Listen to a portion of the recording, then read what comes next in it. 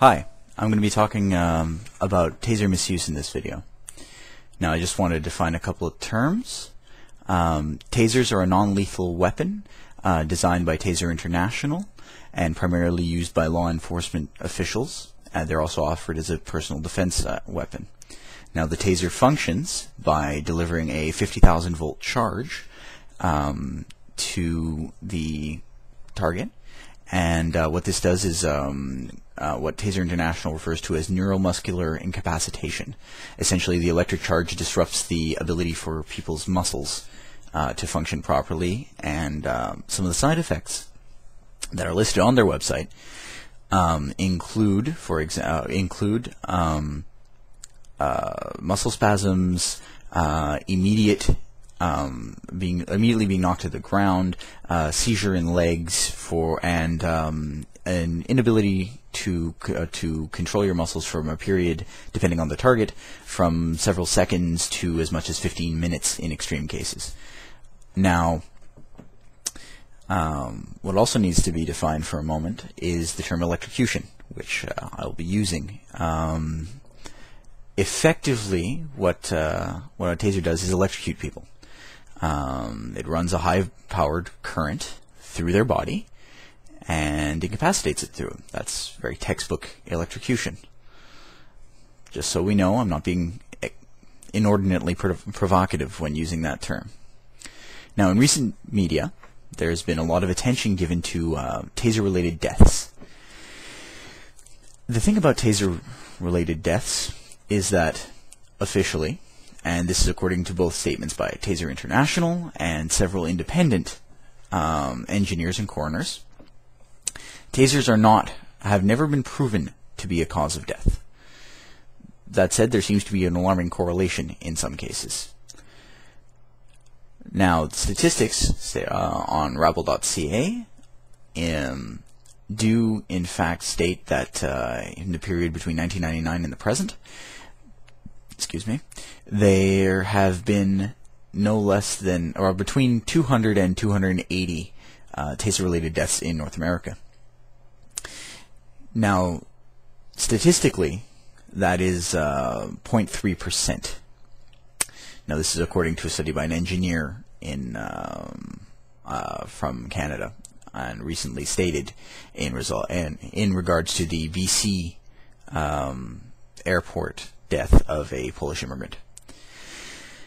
Now, all of this is still up in the air.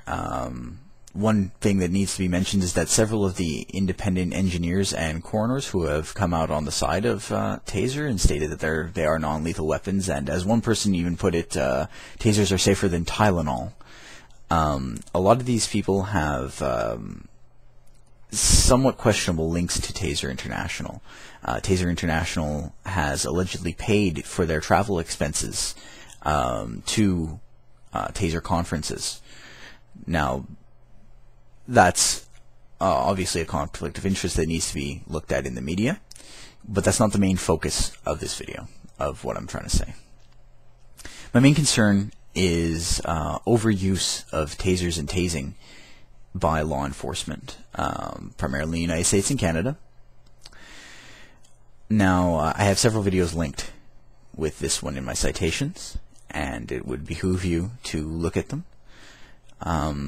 The first one that I'm going to just mention is of a test where a police officer, fairly large gentleman, is hit with a taser, and he describes the effects.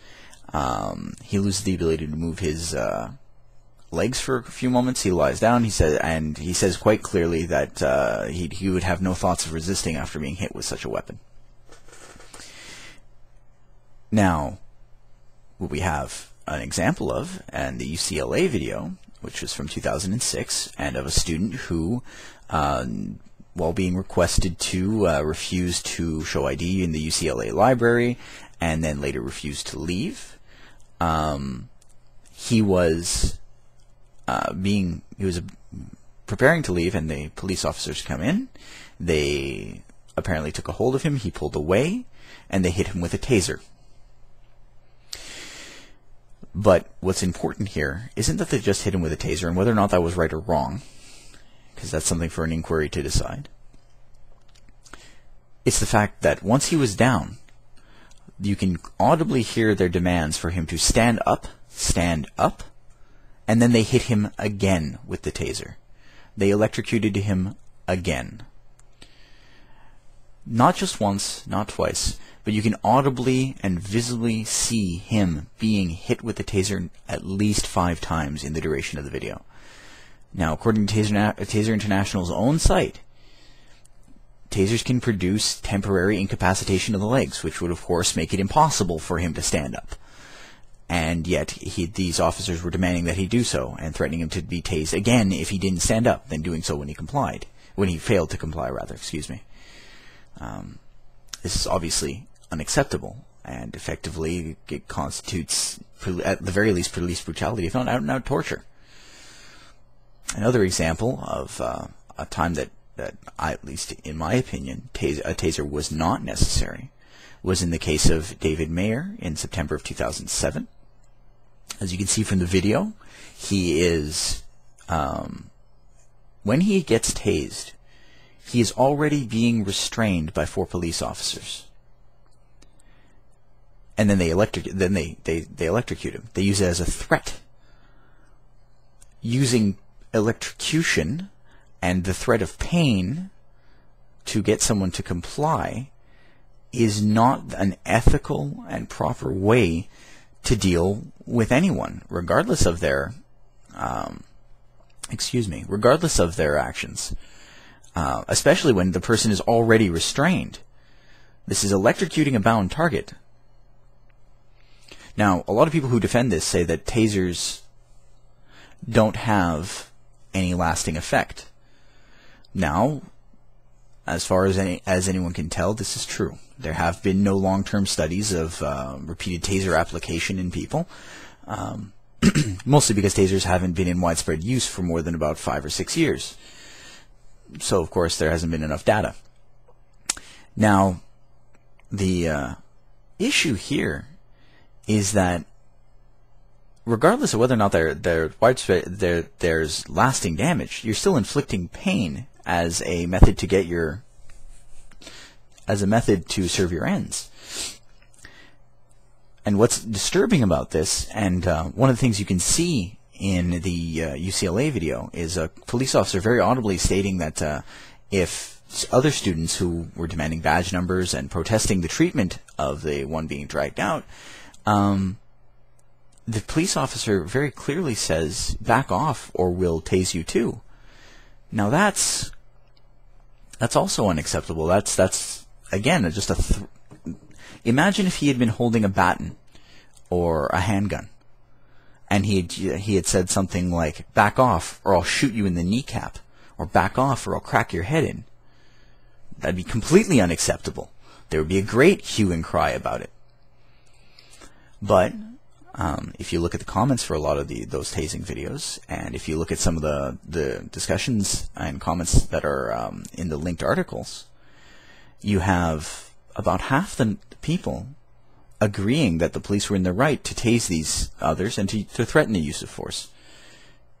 This is extremely disturbing, because that means that people are agreeing that the use of force to silence dissent and to silence resistance is acceptable. And that really threatens democracy. The basic premise of democracy is that if a people don't like what their government or the people in authority are doing, they should be allowed and even obligated to protest it. But if someone can just knock you out, where's the protest? Where's the effect? And it's different than using lethal force, because using lethal force has a much greater moral implication. You're killing people. Instead, you're threatening them. You're going to beat them. That's not right. Not ethical, certainly, and not healthy for a democracy or a representative democracy anyway. Especially not one that purportedly values free speech.